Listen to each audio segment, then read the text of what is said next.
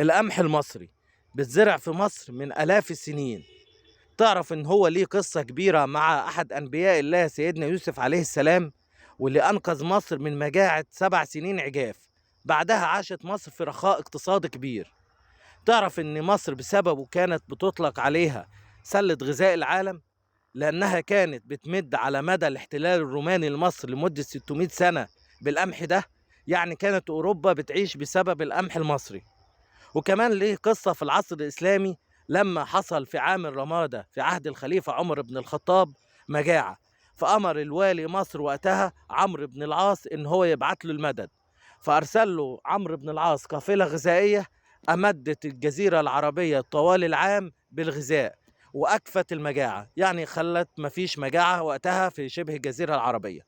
القمح محصول مهم جدا.